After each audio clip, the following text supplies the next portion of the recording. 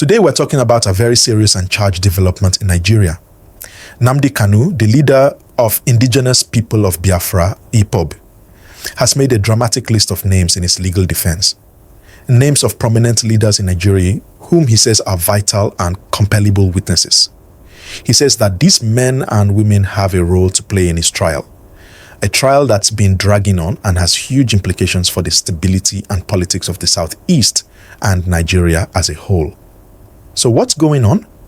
Kanu is currently facing terrorism and treason charges in connection with separatist activities linked to IPOB. The federal government says he incited secession and violence. Kanu denies the wrongdoing and is now turning the tables somewhat by saying he needs these leaders to testify.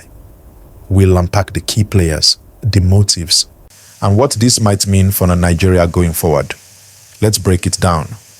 What Kanu has done. He filed a motion in court listing 23 witnesses he intends to call. Among them are very high-powered individuals. Former Attorney General of the Federation Abubakar Malami, Federal Capital Territory Minister Nyesom Wike, Lagos Governor Babajide Sanwo-Olu, former Chief of Army Staff Tukur Buratai, retired Defense Minister Theophilus Danjuma, and others. He has asked the court to classify these as vital and compellable witnesses under Section 232 of the Evidence Act 2011. He has also asked for some extension of time, given that he says the volume and sensitivity of what he plans to present require more than the 6 days that the court previously set. Why this matters for Kanu? It's a strategy pivot. Instead of merely defending himself, he is shifting into a more aggressive legal posture, saying, I want these people to speak. I want to call them to substantiate my side of the story. It signals he will not just be reactive, but proactive in his defense. For Nigeria's leadership, the fact that such high-ranking figures are named signals. The tensions are not purely legal, but strongly political. It raises questions about who knew what and when. It drags leadership into the spotlight. For public confidence and national stability, the trial of Kanu is not just a courtroom matter. It has echoes of the old Biafra conflict, of regional feelings of marginalization, and of how the state handles dissent. Any perceived unfairness or signals of cover-up could spark unrest. What are the layers here? The trial itself. Kanu has been held for a long time, and the case has been dragging with many twists. Judges change, dates shift, health issues raised. The separatist issue. The Southeast region, predominantly Igbo, has long-running grievances.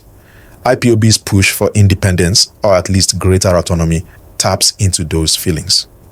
The witnesses list. By naming senior officials, Kanu is saying there is more to this than the government is letting on. He wants transparency, or at least wants to force the issue into open court. The risk of escalation. If people believe he's being treated unfairly, the fallout could be more than legal. It could become political protest, unrest on the streets, impact for election cycles. What if scenarios? If the court grants his request and these witnesses actually testify, we could see explosive revelations, which may shift public opinion, either in Kanu's favor or further against him. If the court denies the extension, shortage time, or blocks the witnesses, Kanu and his supporters might cry foul, argue that justice is not being served, and that could lead to protests. Regardless of outcome, the longer this drags, the greater the risk of it becoming a flashpoint in the region.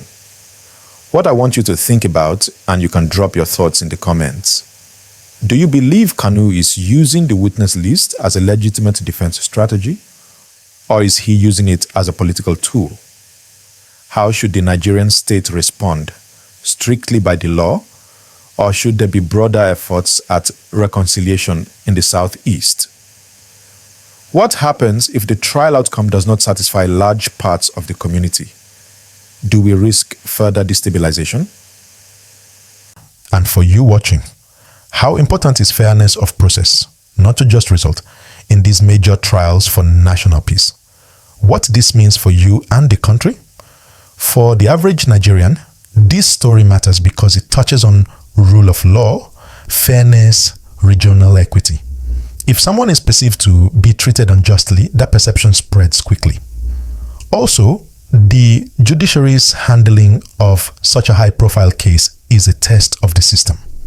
For peace in Nigeria, especially in Southeast, the outcome and how it is managed could be a turning point.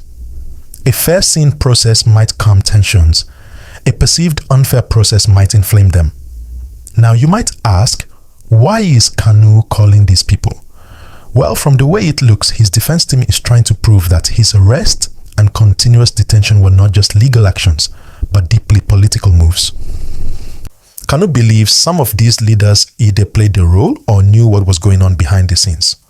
That's why he says they should come to court and tell the truth for peace and fairness in Nigeria. If you think about it, this move is bold, very bold, because calling such high-level people as witnesses could shake a lot of tables. Imagine a sitting governor or a former defense chief walking into the courtroom to testify. That would make headlines all over the world. Now, there's something deeper going on here too. The Southeast region has been crying for justice and fair treatment for years. Many feel that Kanu's prolonged detention is not just about law, but about politics. A message to silence voices from the East. And what's interesting is that, despite being in detention, Kanu still commands a huge following. His supporters believe in his message and see him as someone fighting for their freedom. Recently, there were reports of protests in the Southeast, peaceful ones, asking for his release. But the police quickly moved in, used tear gas, and scattered them. That shows how sensitive this issue still is. Every time his court date approaches, security tension rises in the region. Even now, there's tight security as the court prepares for the November 23rd judgment. People are anxious, asking, will Kanu be freed this time or will they continue to keep him? Now, let's talk about this point. Kanu says some leaders want him to die in jail for peace in Nigeria. That's a very strong statement. It suggests that he believes his death or continued imprisonment is seen by some as the only way to maintain national calm. But that kind of peace, if it depends on one man's suffering, raises moral questions. Can true peace come from injustice? Can a country truly heal when one side feels oppressed? You see, in journalism, we always look beyond the headlines. So let's connect the dots. Nigeria has been struggling with ethnic divisions for decades. The North, the South, the East, and the West. Everyone feels they are not getting enough. When a case like this drags on for years, it deepens those divisions. People begin to lose faith in the system. That's why it's important that this trial ends transparently and fairly. Let's be honest, Nnamdi Kanu's case has now become a test of Nigeria's justice system. The world is watching. Human rights groups are watching. Even international organizations are paying attention.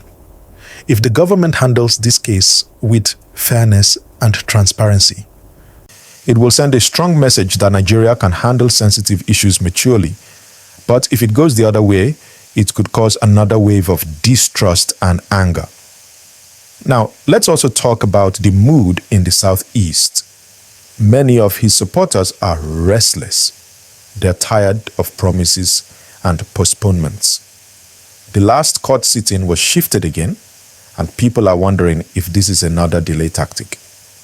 Every time the court moves the date, it adds more pressure on both sides. There's also a political angle. You can't ignore that. Some politicians are quietly watching how this plays out because the outcome could affect upcoming elections, especially in the Southeast. If Kanu gets released, it could energize his base, and any politician from that region will want to align with the people's emotions. But if he remains in custody, it could spark more resentment and distrust in government promises. At the same time, the federal government is trying to maintain order. No one wants violence or unrest. So it's a delicate balance. One wrong move and things could spiral. Now, my people, let's reason together. What do you think will happen if the court actually agrees to let Kanu call these witnesses? Do you think those big names will really appear and testify? or will they use legal grounds to avoid it? Drop your opinion in the comment section. I really want to know what you think. And again, if you're enjoying this update, don't forget to like this video right now and subscribe to the channel, because trust me, we're just getting started. This story is developing, and when the judgment comes on November 20th, we'll be here to break it down for you in full detail, what it means, who it affects, and what comes next.